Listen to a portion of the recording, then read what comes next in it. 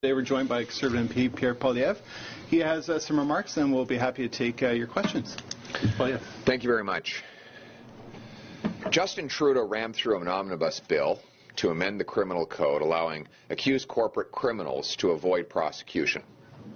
He then assumed that the top prosecutor and his attorney general would play the game and help SNC Lavalin, a company that had given over $100,000 in illegal donations to the Liberal Party. But the top prosecutor said no. So he went to his attorney general, assuming that she would play his game and help his friends. She said no. He pushed harder. And over a 4-month period of non-stop pressure, they tried to bully her into violating her own principles. Justin Trudeau expected a parent-child relationship would unfold and that he would get his way. The architect of all of this bullying, of course, was PMO puppet master Gerald Butts. And over a 4-month period, now documented clearly, they pushed and pushed and pushed. Jody Wilson-Raybould stood on principle and said no. And so Trudeau and Butts fired her as Attorney General. She spoke out, and then they kicked her out of the caucus altogether. This sad episode marks probably the most grievous example of political interference in our criminal justice system in modern memory. Now, Trudeau tried to distract from it all by having his puppet master, Gerald Butts, take the fall and resign in disgrace. Now, his hope was that Canadians would believe that he'd learned his lesson. But this week, we find out he learned nothing at all. Gerald Butts is back, the Lav scamsters are reunited, and nothing has changed. If Trudeau and Butts are returned to power, we will see more SNC Lavalin scams. The modus operandi that we saw in this scandal will continue, and it will worsen. There remain unanswered questions. How much, if anything, did Butts get in the way of a severance when he resigned in disgrace?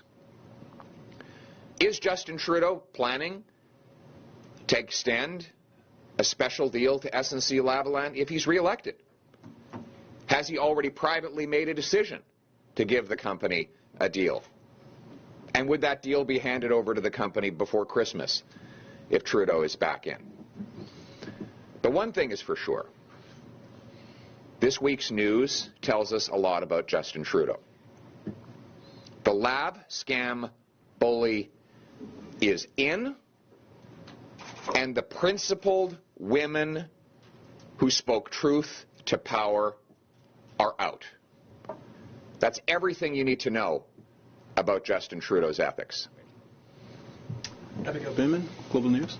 The SNC case had an impact on the Liberals months ago in the polls. I'm wondering what message you think bringing Gerald Butts back sends to voters now, this many months later?